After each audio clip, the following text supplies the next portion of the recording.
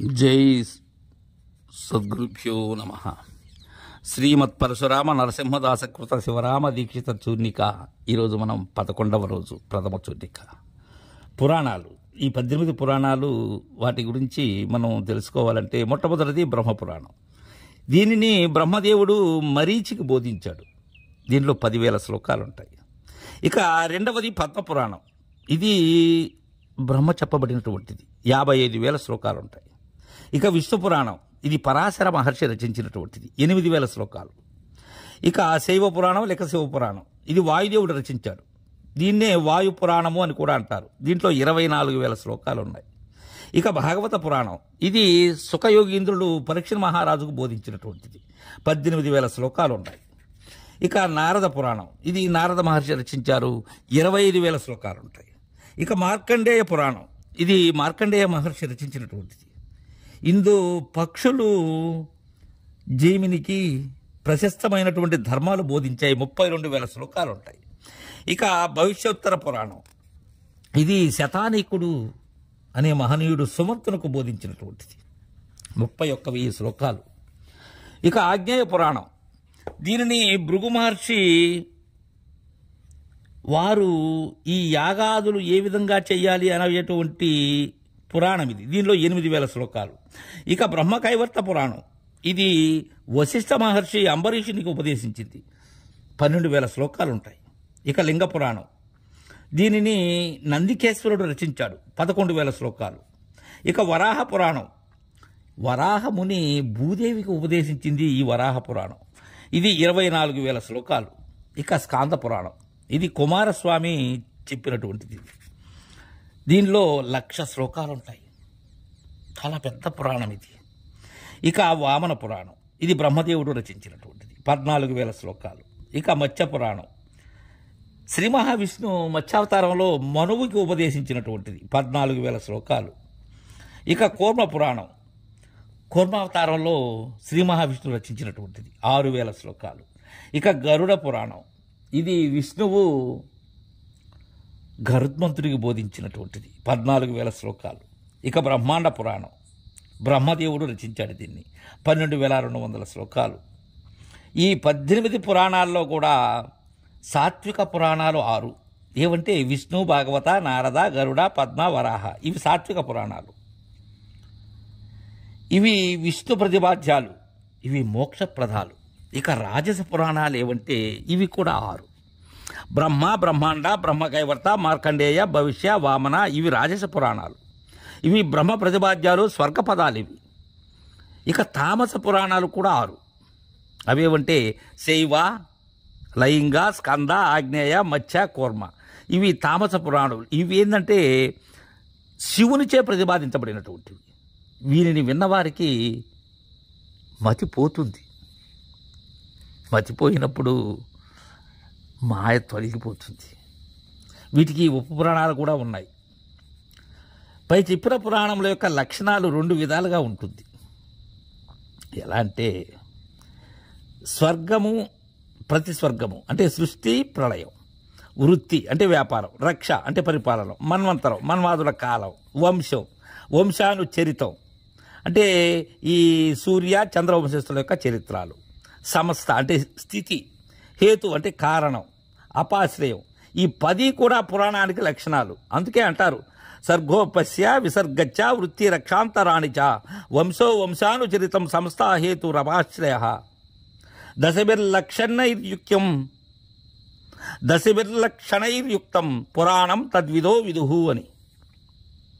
అందుకే సర్గచ్చ ప్రతిసర్గచ్చ వంచ మన్వంతరాణిచ వంశానుచరితం చేతి లక్షణాంతు పంచకం అంటే సర్గము, ప్రతిసర్గము, వంశము, మన్వంతరము, వంశానుచరితం అనేటువంటివి ప్రతిపాదిస్తాయి ఇవి పురాణాలు.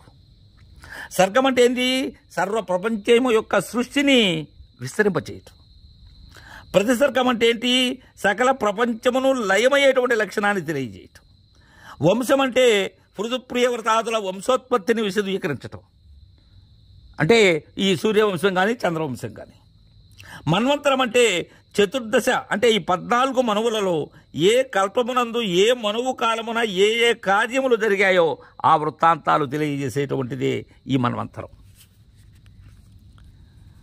తదుపరి మనకు ఈ వంశాన చరితము అనబడేటువంటి 5వది ఈ సూర్యచంద్ర వంశస్థులు ఈ శ్రీరామ ధర్మరాజాదుల యొక్క వృత్తాంతాన్ని తెలియజేసేటువంటిది. ఇక ఉపపురాణాలు కూడా ఉన్నాయి, అవి కూడా 18.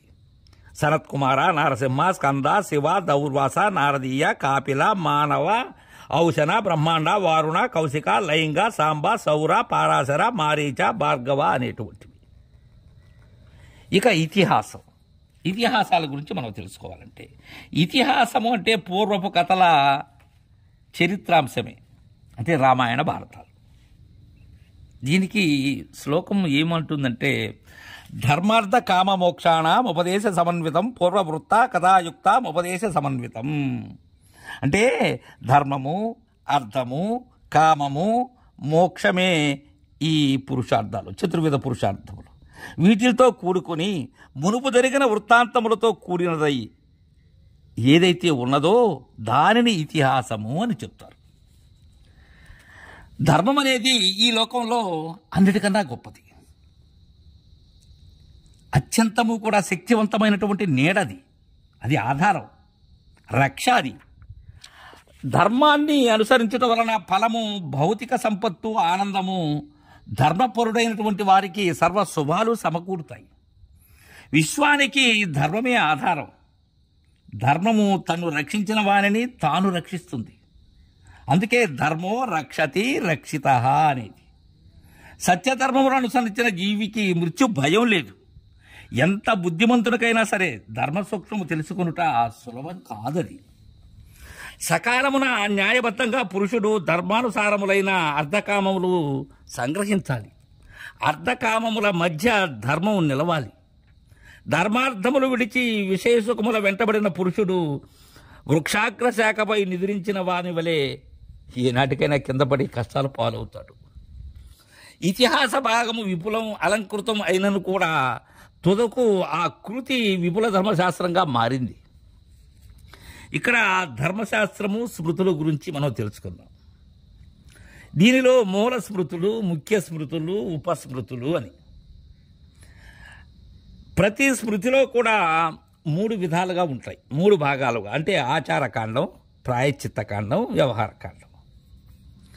ఈ స్వయంభవ మన్వాదులు 18 మంది మూల స్మృతికర్తలు. ఇది మనకు భవిష్య పురాణంలో ప్రథమాధ్యాయంలోనే తెలియజేయబడి ఉంటుంది.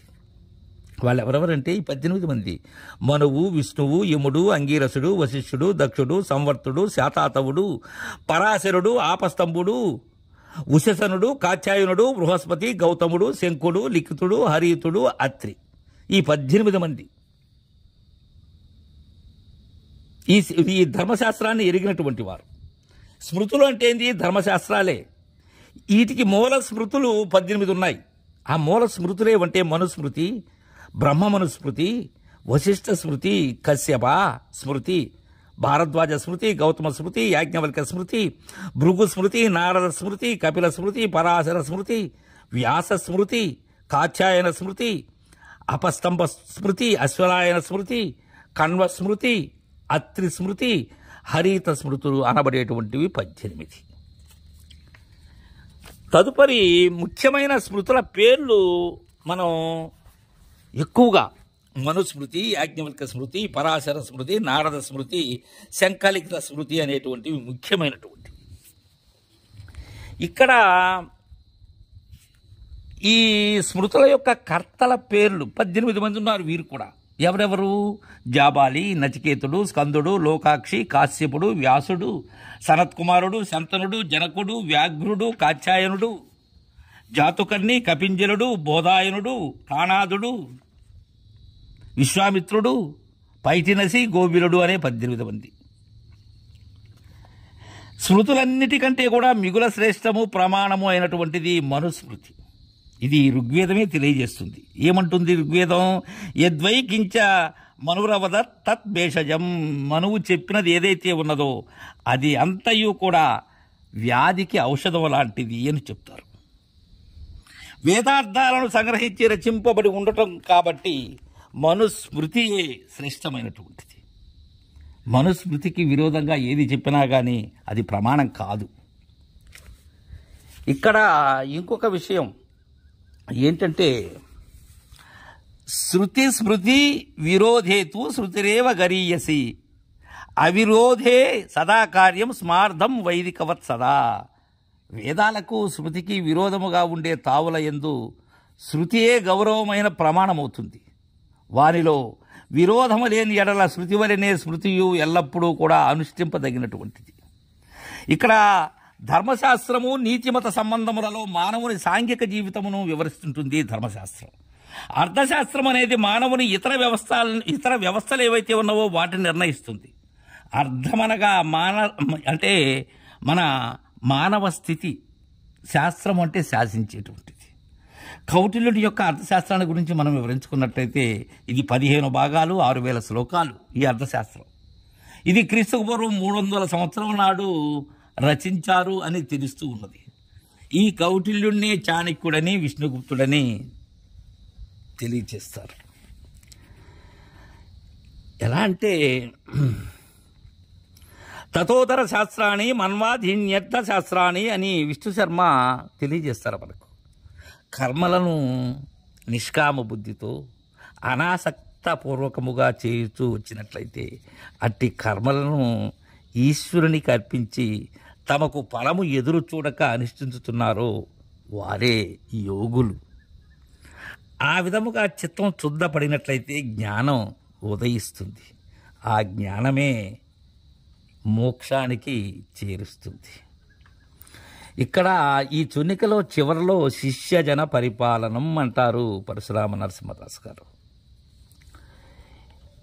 ఏంటంటే, నరసింహదాస్ గారు ఈ పైన తెలియజేసినటువంటివన్నీ కూడా వారి గురుదేవులైనటువంటి కంబాలూరి అప్పబ్రహ్మం గారి కరుణామృత దృష్టి చేత చక్కగా పరిశీలించి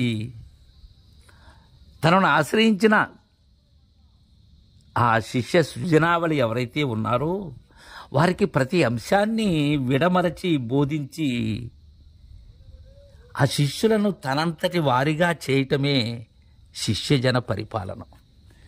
ఈ విషయాన్ని బోధాధికారులైనటువంటి అందరూ కూడా తెలుసుకోవాలి. ఎందుకంటే ఇది 12 వర్షముల సేవ శిష్యుడు చేయవలసినది. ఈ 12 వర్షములలో శిష్యునికి ఎక్కడ కూడా సంశయం రాకుండా చేయగలగటం అది గురుని యొక్క సమర్థత మీద ఆధారపడి ఉంటుంది. తనకు తెలియకపోయినా సరే శిష్యుని కొరకు తెలుసుకొని తెలియచేయటం గురువు యొక్క గురుతర బాధ్యత అది. అంతేగాని ఏదో మాటలతో కారడి చేయకూడదు. వీలున్నంత వరకు పెద్దలు మనకు అందించినటువంటి సాహిత్యం ఏదైతే ఉన్నదో అది తెలియచేయాలి. దానిలో ఏం లేదు, దీనిలో ఏం లేదు అనేటువంటిది కాదు. ఎరిగి ఏమీ లేదని చెప్పాలి. ఎరగకుండా ఏమీ లేదని చెప్పడం అనేది అది సరైనటువంటి ధర్మం కాదది.